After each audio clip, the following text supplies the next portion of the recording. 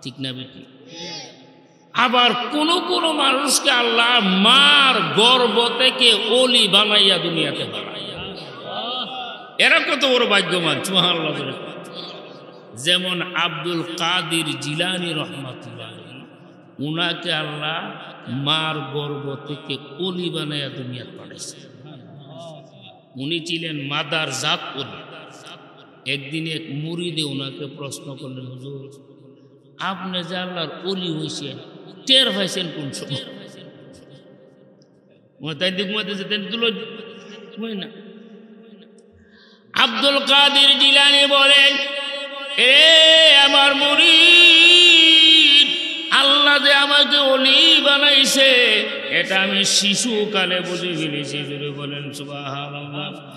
ওজোর শিশুকালে কিভাবে বুঝলেন? আব্দুল কাদের জিলানী বললেন, ও আমার মুরিদ শুনো, আমার আম্মা সকালবেলা আমাকে মক্তবের মধ্যে পাঠাইতেন, মাদ্রাসার মধ্যে পাঠাইতেন। আমি যখন ঘর থেকে রওনা দিতাম, আসমান থেকে দুইজন ফেরেশতা এসে আমার দুই পাশে দাঁড়াইয়া যাইত।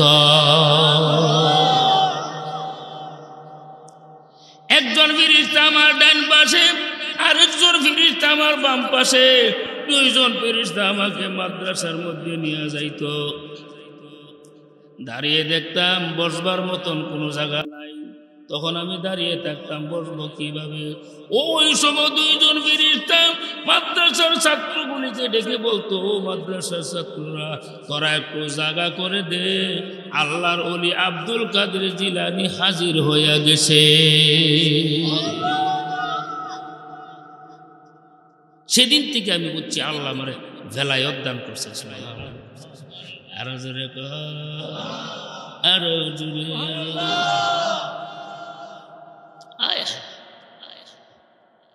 হযরতে মালিক বিন দিনার রাহমাতুল্লাহ বহুত বড় আল্লাহর ওলি ছিল। রাস্তা দিয়ে যাইতেছে, দেখে শুরু একটা বাচ্চা দুলাবালু দিয়ে খেলতেছে। আগে আমরা দুলাবালু দিয়ে খেলছি না, বালু দিয়া ভাত রাঁধছি, ফেনা দিয়ে আগার উগার তরা হয়ে যাচ্ছে, ঠিক নিও। ভাত টাত রাঁধে আমরা আবার খাইছিও। কেমনে? ওই দুলাটা টুরের কাছে নিয়ে টক টক টক টক করছে, ভাত খাইতেছি, ঠিক নি কথাটা? কি জীবন আমরা বাচ্চারা দুলাবালু দিয়ে খেলতেছে। একবার হাসে আবার কাঁদে, ই আসতেছে আবার। মালিক বিন দিনার চিন্তা করলো, এই বাচ্চাটাকে সালাম দিমু না দিতাম, এত সালামের মর্ম বুঝতো না। আরেকবার তিনি চিন্তা করলো, বাচ্চাদেরকে সালাম দেওয়া তো সুন্নত, নবীর সুন্নত, এই সুন্নত পালনার টাইম সালাম দেওয়ার লাগে। তখন বাচ্চারা সালাম দিছে, আসসালামু আলাইকুম ওয়া রাহমাতুল্লাহ। বাচ্চারা বলতেছে, ওয়া আলাইকুম সালাম। এ মালিক বিন দিনার, সুবহানাল্লাহ। মালিক বিন দিনার আল্লাহ এ দিয়ে আমারে আরো আসছি, এ শোল ডাক মারছে, এবার চিনল কেমনি? আমার তো এর সাথে জীবনে কোনো দেখা না। মালিক বিন দিনার বললেন, রে আল্লাহর ওলি, কি বাবা আমার নাম তুমি জানলে, আমার পরিচয় পাইলে? তোমার সাথে তো আমার কোনো দেখা নাই, সাক্ষাৎ নাই। ছেলেটা বলতেছে, মালিক রে, ও মালিক বিন দিনার, তোমার আমি কিভাবে চিনেছি তুমি জানো না? বলে না, আমি তোমাকে রুহের জগৎ থেকে চিন্না রাখছি। মালিক বিন দিনার বুঝে ফেলেছে এটা মার গর্ভ থেকে ওলি হইয়া দুনিয়াতে আসছে, সাধারণ মানুষ না। ডাক দিয়া বললেন, রে ওলি, এত বড় জ্ঞানী তুমি, দুলাবালু দিয়া তুমি কেন খেলো? তার কারণ কি? আল্লাহর ওলি বলতেছেন, হুজুর, আমি মাটি দিয়া খেলবার কারণ হইল, এই মাটি দিয়ে আমাকে সৃষ্টি করেছে, আবার মাটির ভিতরে আমাকে ঢুকাইবে, আবার মাটির ভিতর থেকে আমার হাসরের ময়দানে নিবে, ঠিক না বেটি? মিনহা খালাকনাকুম ওয়া ফিহা নুঈদুকুম